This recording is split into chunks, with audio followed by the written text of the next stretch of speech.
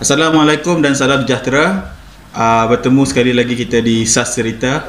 Jadi hari ini kita ada dua tetamu yang boleh kata rare lah, dua tetamu kita hari ini. Azizan dan saudara Anip. Ramai kenal ni Azizan, saudara Anip ni ramai kenal. Kalau orang SAS mesti kenal punya ni. Tipulah kalau tak kenal. Hari ini kita akan ceritakan tentang Mesut Ozil. Yang sedia maklum, kalau fan Arsenal tahulah, dia pindah ke Arsenal pada 2 September 2013 dengan 42.4 juta pound. Dia memakai nombor jersey nombor 11. Yang mana kita tahulah nombor 11 ni kira bukan nombor kaleng-kaleng lah. Nombor top dia pakai nombor 11. Dan sekarang dia pun pakai nombor 10. Dia ambil dari Wilshere sekarang ni, nombor 10. So dia ni masuk ke Arsenal sebagai status star player, top player. Dan dia setakat ni dia ada 184 kemunculan dengan 33 gol dan 54 assist. Okay, saya nak tanya dekat Azizan, apa pendapat Azizan sendiri mengenai star player kita ni, kan? Kalau pendapat, okey, ni mana kita punya pendapat, betul tak? Okey, setiap fans Arsenal dia ada dia punya pendapat. Okey, contoh kalau macam dia dalam career dalam bola sepak, dia memang boleh cakap versatile player. Untuk role nombor 10 di dalam padang tu dia memang ada ball control yang bagus. Semua orang kalau mana-mana, bukan setakat fans, player pun sama status dengan player profesional pun akan cakap benda yang sama. Dia ada kontrol yang bagus, betul. Create chance dengan vision yang bagus, betul kan? Yang buat dia melonjak naik di Arsenal ni, salah satu sebab, satu populariti dia di Real Madrid. Okey, previous sebelum dia di Real Madrid, memang aku pernah baca satu majalah bola sepak. Ndak silap tahun 2009, sebelum World Cup di mana? South Africa. South Africa 2010. Okey, nama Ozil ni memang diwar-warkan. Okey, diwar-warkan dalam majalah bola sepak tu, yang memang dorang target lah, memang Ozil ni akan top player, yang akan menyerlah. Sebelum dari dia punya kemunculan dengan Arsenal tu, aku cuba research. Okey, sebelum dia pergi World Cup tu, kita tengok dia di Werder Bremen, dia punya pencapaian memang bagus. Dia salah satu top midfielder, attacking midfielder di Bundesliga. Dan masa tu juga Arsene Wenger menunjukkan minat terhadapnya. Tapi ada gosip mengatakan dia balas balik dengan Arsene Wenger, dia mau main dengan klub besar dulu, baru dia akan masuk pergi terima tawaran daripada Wenger. So dia ada berapa season dengan Madrid, lepas tu tup-tap terus tiba-tiba masuk ke Arsenal. Okay, semua fans Arsenal gila. Dan dia pun, selesai Ozil bila dia transfer ke Real Madrid pun dia cakap dia takkan tolak lah. Siapa nak tolak kalau Real Madrid nak sign dia? Betul, ayat Ozil. Siapa nak tolak, dia akan pergi. Anip, apa pandangan kau Ozil sebagai player AMF, attacking midfielder? Okay, pertama aku mau bawa ni fakta. Baru ni ada baca satu berkenaan tentang Arsenal. Kalau kita tengok yang fan sambut yang kau punya, pertama Dennis Bergkamp, kedua Ozil. Biasa ada kan naik nama-nama kan, banyak naik nama. Tapi yang Ozil ni yang diam-diam tiba-tiba terus masuk. Fans pun masa tu gila-gila punya ni. Ya. Jadi baru situ barulah tengok YouTube apa semua permainan dia ni. Kalau tengok dia ni, dia perlu support yang ni maksudnya permainan bola bukannya satu orang kan. Kalau kasih Messi pun, tim mana-mana pun, kalau dia satu orang je dah jadi juga. Kan dia begitulah tu Mesut Ozil. Jadi kita tengok dia di Real Madrid, dia ada partner yang best Jadi bila dia ada partner yang best, jadi game tu memang jadi best. Dan kita dapat tengok juga masa Ozil mula-mula masuk di Arsenal, itu yang terjadi. Jadi fungsi dia tu memang menjadi sebab ada support daripada kawan-kawan yang lain. Contoh ada Sanchez, ada Cazorla, Ramsey kan. Jadi memang game tu jadi best kan. Memang dia punya fungsi AMF tu memang jadi cantik lah. Tapi kalau untuk masa sekarang, kalau dia main sekarang pun relevan. Kalau ada Partey. Tapi Tapi kalau yang lain tidak support, Betul. aku rasa sekadar orang maki dia aja. Betul. Ya. Tapi bagi aku lah, tambah sikit Ha. bagi aku kan, squad listing yang ada sekarang ni, betul tak? Ya. Macam contoh sekarang ni kan, ada Ozil dengan tiada Ozil, betul tak? Dia macam jadi sama. Ya. Macam sama, betul kan? Macam contoh line-up yang orang pairing sekarang ni kan, kita ada Thomas Partey tengah, betul tak? Kita ada kadang-kadang pun ada certain player yang kita tidak tahu dia punya permanent position, betul tak? Permanent position. Contoh macam Saka. Saka kadang-kadang dia main Betul, nice. Yes, betul. Nice, Tapi orang punya kalau tengok statistik sebelum-sebelum ni memang orang punya pure position memang area midfield, betul kan? Jadi maksudnya ada Ozil sama tiada Ozil Sama saja. sama. Jadi bagus buat Ozil kan, sebab Ozil ada creativity. Firstly dia ada creativity. Betul kan? Macam ulang cakap lah, macam dia ada vision, betul kan? Lagi satu, rata-rata kan, macam contoh merchandise, pernah satu merchandise untuk Arsenal ni memang Ozil punya kira jualan dia memang hot lah, betul nggak? Sebab salah satu dia mengasih naik Arsenal punya sales daripada segi pakaian, jersey apa semua kan. Jadi dia punya status sekarang ni dia ada ataupun tiada kan sama. Jadi bagus bawa. Sebab kita macam kurang satu dalam kita punya tim ni, playmaker, betul tak? Yes. Playmaker. Jadi macam mana pun orang cakap sekarang modern football ni attacking midfielder tak perlu pakai, betul tak? Kan? Jadi kalau kau tidak perlu pakai attacking midfielder, macam mana kita mau fit bola pergi striker, betul tak? Tapi kalau aku, role yang paling penting, Ozil kadang-kadang dia kasih main flank kanan, betul tak? Tapi dia akan masuk pergi Kiri. dia punya role asal, betul tak? Dia lari. Kan? Jadi orang mau tengok firstly Ozil dia punya vision sama dia punya signature. Betul tak? Dia lain kan? Sebab Yes. Betul. Kalau tengok video dia punya ni cara mainan dia tidak sama yang pikiran kita. Ya, betul. Ya. Kalau tengok kan kita cakap, oi kita sini kan, Ya, terus sini kan, betul. tiba-tiba yang sana apa? Ya, betul. Yang sana tu kalau tengok bukan saja striker yang gol. Kita tengok defend macam gol dia ada juga kan, Monreal yang score. Betul. Maksudnya vision dia tu bukan semata-mata orang biasa, true biasa kan. Betul. Nah, true begitu. Mungkin ada cutback ke tengah baru kasih score. Tapi dia ada vision yang lain bah, itu yang kelebihan lah pada dia. Sama seni bola Yes. yang dia bawa tu memang ada beza. Betul enggak? Dia ada signature sendiri macam player top player kan. Yes. Macam contoh dulu Ronaldo bawa samba kan. Dia bawa samba, then Ronaldinho dia ada signature sendiri kan. Macam Kroos pun dia ada signature sendiri, betul. Ozil aku rasa dia macam tiada yang orang boleh, aku belum nampak mana-mana professional player yang boleh buat dia punya signature. Macam contoh, memang bukan contoh lah, memang satu signature yang memang susah dibuat, Ozil Bonds. Yes. Ozil Bonds. Sebab apa? Ozil Bonds ni memang dia punya Skor dia pun banyak yang begitu.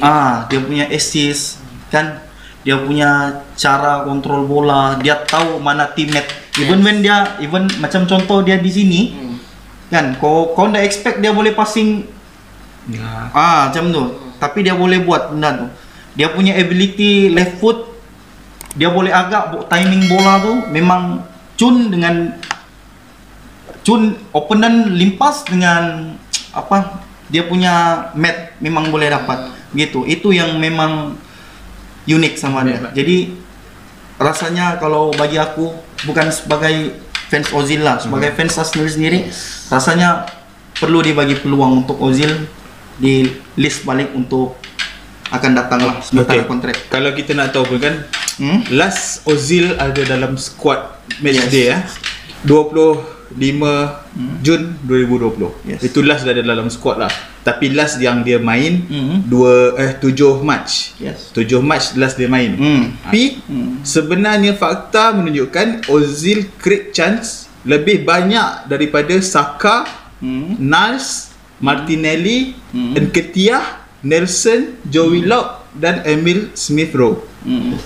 Tapi dia tak dapat dibagi peluang dan dia tak disenaraikan dalam skuad EPL. Aku ni bukan peminat Ozil. Yes. Aku tak suka cara Ozil main sebenarnya. Dia masa ujung-ujung, bukan awal-awal lah. Yeah. Tahun 2018 2017 tu aku tengok dia macam dah down, slow je dia main. Dia main sampai aku kadang-kadang aku kata, lembab lah Ozil ni, tukarlah kan. Aku memang bukannya aku suka macam kau.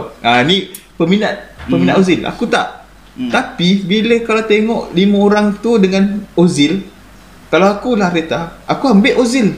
Sebab apa? Kau ada 5 yang mainan yang lebih kurang. Ya, Kenapa kau tak ambil Ozil? Dia macam contoh macam aku cakap tadi lah kan. Okey, squad yang ada sekarang ni ada Ozil atau tiada Ozil dia sama. Kan? Okey. Cuma attitude Ozil ni aku terus terang cakap lah. Kadang-kadang dia memang selalu out. Kan? Yeah. Dia mungkin time dia jadi kapten mungkin dia rasa beban satu, mungkin kita datuk pressure dia dalam padang kan. Dia pun pernah kena marah dengan Mata Saka kan. Yes, Tak betul. pergi dekat fan tak tahu. Betul. Okey. Tapi sebenarnya dia cuba proof dia masih relevan. Sebenarnya dia masih proof yang dia masih relevan di atas padang. Dia masih boleh kasih tunjuk dia punya kemampuan dalam padang. Okey, macam sebelum season ni lah. Macam contoh dia punya pay yang kira padu lah sebelum ni kan. Tapi sekarang ni ada sama tiada pun sama, betul kan? Jadi bagus kasih masuk kan. Kalau dia tak ada, memang Arteta boleh menang. Mungkin fan, tak apalah, diamlah kami lepas ni. Betul lah ni, Ozil tak ada pun tak apa. Tapi sekarang pun makin teruk. Betul Kan? Kalau macam contoh kan, kedua besar daripada klub apa? Fans. Betul kan? Okey, kalau kita tengok fans rata-rata cakap di luar padang bring back Ozil, bawa Ozil. Sebab apa? Fans punya mata menilai kan, betul kan? Dia ada satu diamond lah sama Ozil ni bila dalam padang. Bukan setakat fans. Tony Adams pun ada cakap. Yes. Koscielny pun ada cakap. Ya, betul. Ex-player Arsenal pun ada cakap pasal benda ni. Ya, betul. Kan? Kecuali ex-player Arsenal yang tengah jadi manager ni yang kenapa? Arteta ni kan. Yes, betul. Kalau tengok awal-awal kan Arteta ni mau bawa yang cara Pep bah. Kan dia mau bawa cara Pep. Dia punya tu macam semua berfungsi. Dia mau yang begitu. Jadi dia tengok bila game Ozil ni macam slow, jadi dia tidak mau gunakan Ozil. Tapi sebenarnya dia tidak pandang yang Ozil ni ada yang signature lain kan daripada player yang lain. Itu mungkin kesilapan dia lah. Sebab kalau tengok sekarang memang sangat perlu bah dia. Kan? Kalau macam kita boleh cakap sekarang ni seolah-olah game Arsenal ni defend dengan striker je main. Yes. Defend ni macam jadi sim MF sudah. Center sudah. Gabriel pergi awal. Balik pergi Kenny pergi striker. Itu saja. Tengah tiada. Kan bagus ada kan Ozil. Walaupun dia tidak berfungsi, kalau sekali dia punya hantaran tu dia tahu macam mana mau hantar. Ada ruang untuk dia, mungkin ada peluang untuk skor. Sebab sekarang ni langsung kita tahu kan kalau Arsenal memang kena troll punya kau game plan kita ni yang zero bah. Betul. Dia memang kalau tengok berdasarkan heat map kan sini boleh main Beyblade sorry. Iya, betul. Betul kan. Sini dia boleh. Yang baru ni pun kan kita punya game boleh main Beyblade. Masih zaman Beyblade ke sekarang? Masih zaman. Okey. Jadi kalau kita tahu kan, macam pelik sebab Ozil ni player yang semua pelik lah. Kenapa dia tak boleh disenaraikan? Memang dia bagus, boleh kata bagus, tapi kenapa tak disenaraikan? Adakah mungkin ini faktor-faktor lain yang di luar? Apa pendapat kau? Okey, kalau mata kasar, kalau kita tengok ulasan dari Arsenal punya media, macam contoh Arteta, dia ada dalam perancangan Arteta, betul nggak? Okey. Tapi bagi aku memang ada konflik lah. Bagi aku dia ada Ozil ni memang ada konflik dalaman dengan Arsenal. Mungkin disebabkan platform media sosial, sama ada platform media sosial ataupun cara dia menegur klub tidak sesuai lah. Mungkin klub tidak berkenan dengan dia punya cara tu, membuatkan dia disinggir. Dia disinggir. Itu salah satu lah. Kalau macam contoh kita cakap apa konflik melalui media sosial, memang semua orang tahu kan. Dia memang ada lantang bersuara kan, lantang bersuara pasal solidarity, contoh macam sebelum-sebelum ni pun semua orang tahu. Tapi yang isu paling hangat macam contoh lah aku nampak sendiri, okey, macam contoh aku nampak sendiri kenapa kan? Okey. Sebelum dia ke tengah kan dia punya isu di media sosial. Ada beberapa game, previous game dia masih ada. Betul tak? Kalau saya berperasan lah, okey. Lepas tu bila sudah benda tu dia jadi dia jadi mencanak-canak orang cipta gini kan. Dia dapat perhatian ramai, and then pop dia tidak dikasih main berapa game lah, macam mau berapa game, strict game dia nak main, strict game nak main. Jadi maksudnya di sini macam contoh mata kasar kita nampak memang ada masalah dengan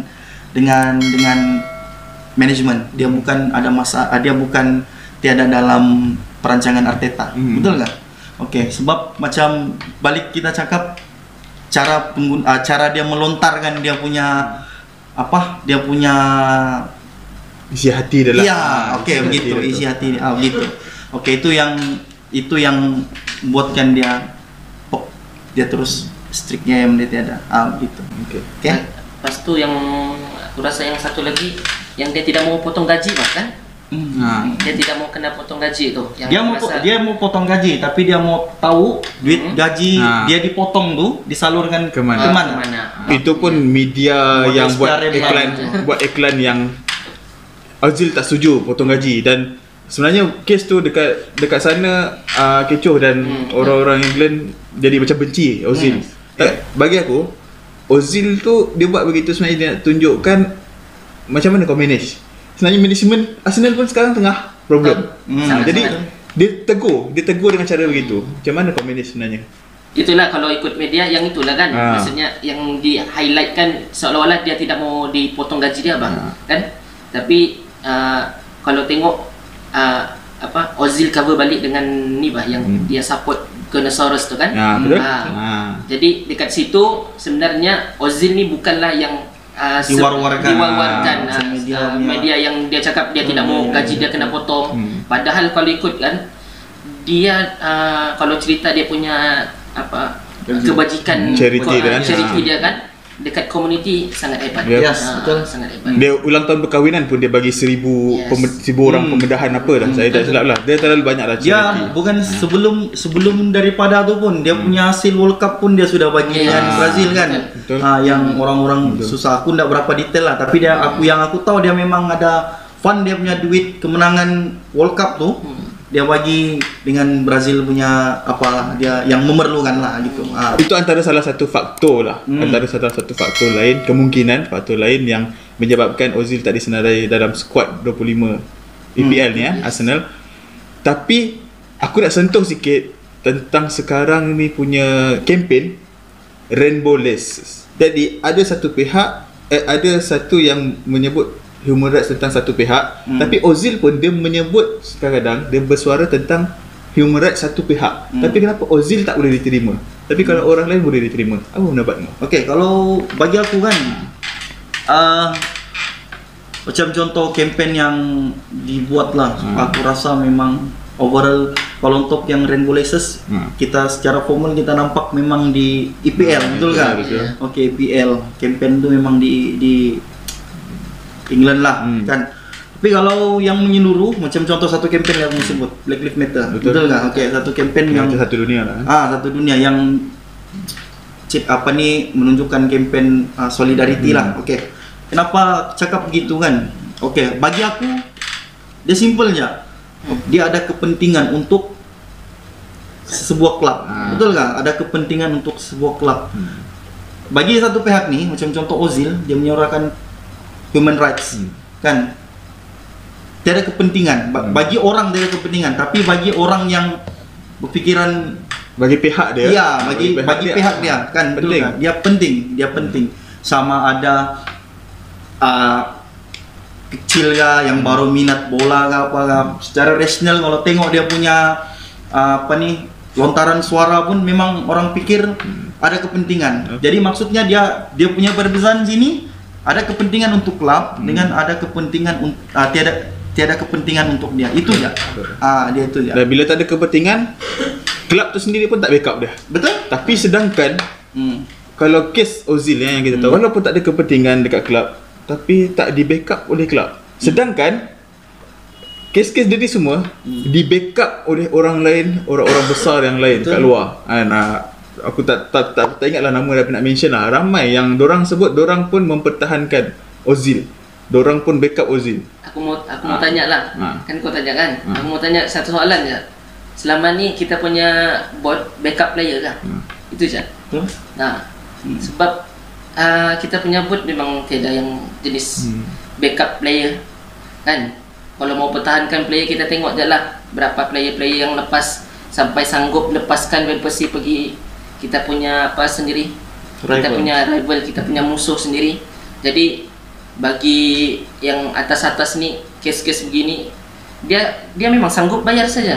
Tapi dia ada macam yang Azizan beritahu tadi, dia ada kepentingan yang lain yang sanggup dia ketepikan Ozil ni bang. Jadi Ozil ni kalau sekarang ni kita tengok kan, orang cakap biarlah apa kau ada dalam kelab bayar gaji mahal tapi tak main kan. Tapi bagi yang sudut lain mungkin ada faktor lain, orang tak apalah bayar aja, tapi dia dapat yang income lain. Itu sebabnya dia orang ada kepentingan lebih besar berbanding yang Ozil ni. Pendapat korang dan kalau kau rasa wajar tak sebenarnya dia orang kaitkan dia sebagai player dan dia di luar kehidupan peribadi dia? Wajar? Kalau bagi aku wajar ataupun enggak kan, secara pikiran di luar jangkaan lah kan. Macam contoh Ozil tidak akan bertindak melulu melainkan ada kontrak yang dia tanda tangan, betul kan? Macam contoh Oke, contoh kontrak yang aku tak edit yang ini. Macam contoh kontrak yang di tanda tangan, betul kan? Dia tanda tangan. Kalau ada menyatakan macam yang kau cakap tuh, mana mungkin Ozil buat, betul nggak? Kan? Kalau dia ada nyatakan dalam kontrak perjanjian dalam Arsenal tuh, mana mungkin dia mau buat, kan? Disebabkan tiada syarat-syarat yang begitulah mungkin dia berani suarakan, betul nggak? Betul nggak? Kalau bagi aku lah, tapi nak tahu kalau pendapat. Kalau ni wajar tak kita kaitkan dia di luar dan dia sebagai player? Kalau kita pemain kampung kan, kita mana ada kaitkan tu. Tapi sebab dia kelab besar, profesional kan, gaji pun yang kita tahu memang kau punya kan. Jadi mungkin dekat situ dia ada sedikit gangguan kepada kelab lah. Disebabkan pengaruh dia pun besar, pengaruh dia besar. Jadi bila apa tu, dia akan, kita tidak tahu kan mainan dalam manajemen tu macam mana. Yang peringkat atasan tu ada hubungan dengan ni. Jadi bila yang usik tu ada berkaitan pula, jadi dia terpaksa cut lah apa yang Ozil buat. Ozil pun dia hanya pikiran Ozil ni, dia di luar dia sebagai manusia biasa saja. Itu yang dia mau. Tapi kalau pendapat aku sendiri kan, sebenarnya wajar atau tak ni subjektif. Dia bukan objektif. Tapi betul lah macam dia kata tadi, apa-apa pun tengok kepentingan orang tu. Apa kegunaannya untuk bersuara ataupun tidak. Jadi sekarang ni kan sebenarnya boleh kata 90% dah lah yang Ozil akan ditransfer. Kan akan ditransfer. Kalau kita nak sign dia balik pun kita boleh sign Februari 2021. Maksudnya dia dah tak ada transfer Januari, baru kita boleh sign dia Februari 2021 tu untuk bukan sign lah, untuk masukkan dia dalam squad utama. Match ataupun kajian tempatan. Okay. Jadi pendapat kau lah ni Azizan. Kau rasa kau nak Ozil ni stay kat Arsenal lagi ke? Biarlah dia transfer keluar. Sebagai peminat Ozil sendiri, kau nak dia macam dia kalau bab ni aku netral. Betul enggak? Kan? Aku netral. Sebab aku memang minat Ozil sebelum dia masuk Arsenal kan. Aku minat Arsenal ni memang sudah lama. Jadi ini individual. Macam contoh klub dia tetap klub. Klub memang selamanya dengan klub, betul nggak? Tapi Ozil dia individual, bagi aku dia nggak transfer, kan? Sebab dengan dia dia dilayan macam malas kok cakap mau macam apa? Bagus dia transfer keluar lah. Itulah. Kalau kau cakap dia mau stay pun kalau dia tiada minit main ataupun kita nampak orang mau dia stay nampak dia main, betul nggak? kan. Jadi bagus dia keluar. At least kalau dia keluar, dia main di klub mana kita boleh tengok, oh ni ada perkembangan. Ozil rugi Arsenal, gila Arsenal. Saya begitu kan. Nah, jadi aku jadi netral. Kalau macam contoh dia kau cakap keluar, tapi bukan maksudnya dia pick klub tu sebab Arsenal memang apalah. Tapi kalau individual memang dia salah satu, bagi aku dia boleh jadi legend. Yes, legend. Ya, itu ya. Keluar. Mana tahu nanti Sabah beli jadi legend Sabah. Wih. Baru 2 hari main legend sekarang. Terus legend tu. Okey, kalau Anip pula, apa pendapat Anip? Anip, kau nak dia transfer keluar ke ataupun kau nak dia masih stay kat Arsenal? Kalau aku lah, kalau aku suruh dia stay. Mana boleh, mesti habis gaji kan. Okey. Tapi minute main tu kita nak pastilah. Sama ada dia dapat main ke tidak. Sebab kalau tengok daripada Emery Unai pun game dia pun berapa saja kan, awal-awal je. Lepas tu Arteta pun sama juga, awal je. Lepas tu langsung dah main kan. Itulah masalahnya. Kita ada masalah dengan bot kan. Jadi bila yang kalau tiada masalah dengan bot tu, memang aku mau dia main. Tapi kalau aku lah kan, kita ni susah nak dapat player yang loyal. Yes. Ni pendapat aku. Betul lah kau cakap tadi. Kalau boleh nak tengok dia masih stay dengan Arsenal. Sebab kita susah nak dapat player yang loyal. Dia loyal. Yang dapat yang lain dah bagus-bagus, kita dah suka, dah minat. Oh ini legend dah ni.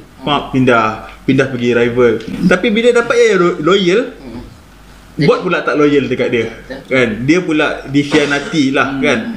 Memang aku nak dia masih stay dekat Arsenal. Tapi kalau tengok sekarang ni, aku menjadi sedih, jadi kesian. Bagus lagi dia keluar. Kan? Pedulilah ni bot ni apa, keluarlah kan. Fans je jangan keluar, fans kita tetap sokong. Jadi itulah sedikit tentang Ozil kan, Mesut Ozil, yang sebenarnya dia punya cerita ni pun kita pun macam-macam perasaan bercampur bau kan. Sedih, kesian, geram, bengang, confused. Pelik pun ada. Semua ada, bercampur-campur bau. Tapi dia macam-macam lah. Lain orang, lain pendapat, lain orang, lain dia punya knowledge pasal Ozil, betul kan? Jadi cuma apa yang kita sampaikan ni, apa yang kita tahu, betul nggak? Apa yang ada dalam padang, apa yang ada di luar padang kan? Ni semua pendapat masing-masing lah, pendapat sendiri saja kan? Dia kena mengenal sama jadi korang kalau ada pendapat lain pun tentang apa nak cakap pasal Ozil, boleh komen kan? Boleh komen di bawah, nanti kita akan baca. Jadi terima kasih kepada Anip, terima kasih kepada Azizan. Itulah sedikit tentang Ozil di Sas Cerita pada hari ini. Jadi Ozil kita tak tahu lagi dia akan transfer ke, dia tak ke. Tapi satu je aku nak tahu. Apa pendapat korang? Korang rasa Ozil dikira sebagai legend Arsenal ke tak?